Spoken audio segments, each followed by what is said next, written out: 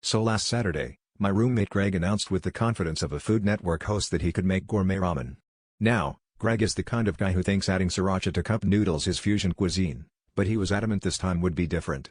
He even went to the fancy grocery store and came back with a bag full of mysterious vegetables, some eggs, and what appeared to be a single shiitake mushroom. Honestly, I was just excited not to have frozen pizza for once.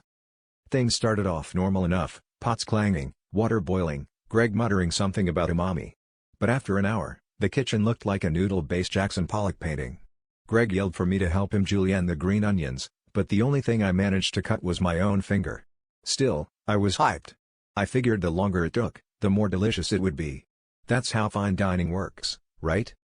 By hour 2, the apartment was filled with the kind of smoke that makes you question your life choices. Greg was sweating, noodles were everywhere, and he kept shouting, "Trust the process." At one point, he had tied several noodles together and was waving them around like some sort of carbohydrate lasso. Our neighbor knocked on the door to ask if we were doing experimental welding and if she should call someone.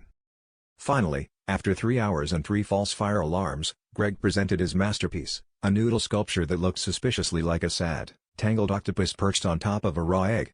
He beamed at me and said, "Behold, my magnum opus." I stared at the smoke-filled chaos and said, "Greg, next time, maybe stick to instant. Because this is a ramen-tic disaster."